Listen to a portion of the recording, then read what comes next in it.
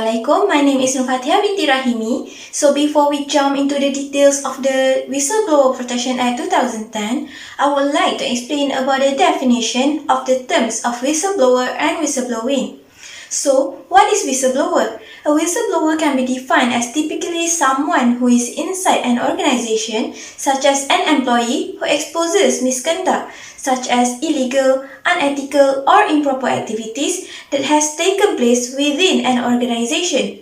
Meanwhile, whistleblowing can be referred to as the act of reporting illegal, unethical, or improper activities within an organization. It is a way for individuals to speak up and raise concerns about activities that they believe may be harmful to others, even if it may put their own career or safety at risk. Moving on to the next part, which is Whistleblower Protection Act 2010 and the types of protection provided by the Act. So, Whistleblower Protection Act 2010 was created with the intention of curbing corruption and designed to safeguard whistleblowers from retaliation for making a disclosure of any improper conduct in a public or private sector. The goal of the Act is to encourage individuals to speak out and report wrongdoings without a fear of retaliation and to promote good governance and transparency. Despite the implementation of legal protections, whistleblowing in Malaysia remains infrequent when compared to the number of complaints received by various oversight agencies. Next, for the types of protection, the Whistleblower Protection Act 2010 provides 4 types of protection to the whistleblower, which include first, confidentiality, where the identity of the whistleblower and the information they provide is kept confidential. Second, legal immunity, where the whistleblowers are not held liable for any civil, criminal, or disciplinary action as a result of their disclosures. Third, protection from retaliation, where the whistleblowers are safeguarded from any actions that may be detrimental to the outcome of their disclosures. And lastly, protection for associates, which means individuals with a connection or relationship to the whistleblower are also protected. So that's all from me, and I will pass the presentation to the next presenter. Assalamualaikum, I'm Wanda Husna Huda binti Wan Yusaini, and I will continue this presentation with advantages of whistleblowing. First advantages is expose unethical behavior in both business and government. The whistleblower perform a crucial job. Whistleblower can expose illegal and unethical practice by business and government organization, which can result in the offenders being held accountable. Similar organizations may behave differently as a result of increasing pressure brought on criminal investigation, civil litigation, and media attention, while businesses and government agencies who commit similar wrongdoing may have previously thought they could get away with it.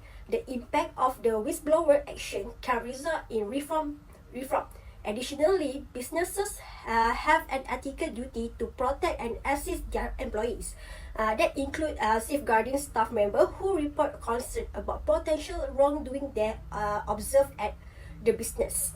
Second is avoid reputation damage. When a significant problem is brought up through internal report, it enables the department in charge of handling it to take any action that quickly solve misbehavior. Incorporating an anonymous reporting system can also strongly encourage employees to take action in raising awareness about significant fraud and other wrongdoing without being concerned for their safety. Without a suitable system in place, the whistleblower might disclose the material to public source. This could damage the company's reputation in addition to exposing it to disciplinary action and financial penalties. And the last one is increased awareness.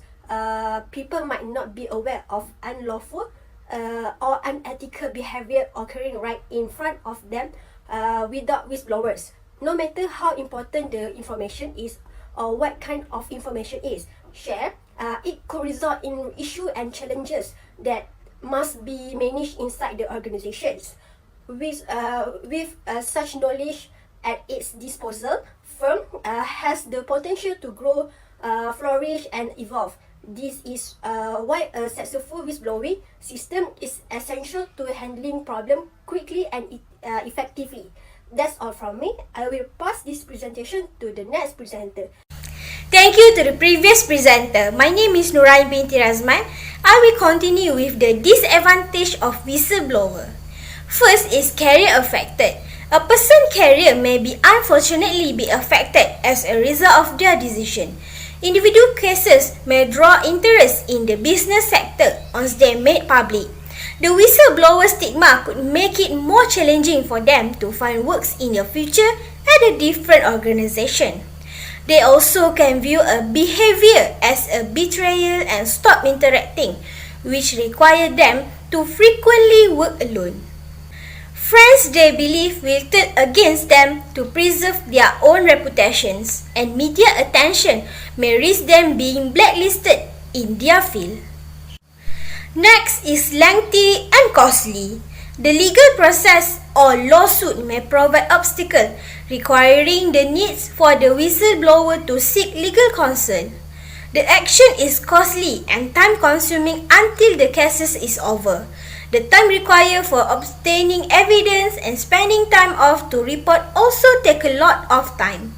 Even while rewarding are given out, they frequently are worried to wait and the amount is little. They also need money, however there is no stable work income. Lastly is retaliating action. They might run into difficulties as a result of their behavior. Even after a whistleblower leaves the organization, employer or employee continue to take retaliating action. Threats come from a variety of sources including their former co-worker and manager. When these factors are combined, they can create a lot of stress that can damage a person's health. That's all from me. I will pass to the next presenter. Thank you. Thank you, previous presenter. Hello, my name is Nafazrina Muni binti Mama Orsi. I will continue this presentation. We've discussed the case of a whistleblower that happened in Malaysia. Malay Mail reported the court acquitted the first ever case charged under the Whistleblower Protection Act. The former deputy CEO of Education Malaysia Global Service, also known as EMGS, was charged under Whistleblower Protection Act 2010 Section 10 Sub 3 Sub B because he terminated the employee who gave the information to MACC, or known as a SPRM, about the misconduct committed by him. Section 10 Sub 3 Sub B state the criminalized retaliatory action against any whistleblower or those related to him and is punishable by up to 15 years in prison or 100,000 ringgit fine or both if convicted. Now, how the company should protect the whistleblower? First, EMGS should keep all whistleblower information confidential. Second, EMGS should not tolerate mistreatment or dispowerment to the information. The last one, EMGS may take an action to protect the whistleblower. That's all from me. I will pass to the next presenter. Next, the second case is regarding Top Glove Berhad fired whistleblower before virus outbreak. In May 2020, Yubaraj, who is an employee in Top Glove, captured two photos portrays co-workers crowding into factory without social distancing. In September, after the photos were distributed, Top Glove fired him from his employment. Consequently, bad news about the company spread and their shares hit 3-month low. As a result, Top Glove said that there will be no further whistleblower termination after the case. Next, in December 2020, Top Glove improved their policy and procedure in compliance with the Whistleblower Act of 2010. Thank you, previous presenter. Before that, let me introduce myself first. My name is Anis Nabisha binti Muhammad Jari. So let's continue this presentation with the recommendations. First is the function of whistleblower protection legislation. Whistleblowing law is crucial to the success of finding, reporting, managing, and rooting out corporate misconduct while preserving the welfare and interests of whistleblowers. Whistleblowers' policies to protect companies, whistleblowers, and address organizational misbehavior that have clearly been recognized as critical parts of whistleblower management. Second recommendation is role of culture in whistleblowing is twofold. Cultural factors can play an important role in the readiness and acceptability of whistleblowers. Culture reflects the dominant ideology that resides in the minds of individuals. It also gives employees a sense of identity and provides unwritten rules that teach them how to thrive in the workplace. And the last one is dealing with the corporate fraud.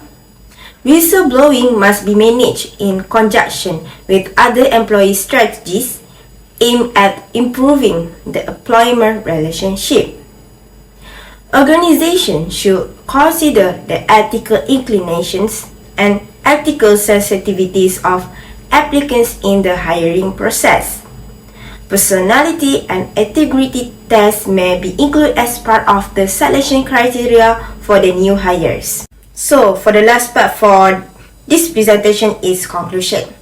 Whistleblowing can prevent firms from collapse under the weight of fraud, corruption, and other types of wrongdoing, and it helps to minimize white-collar crime.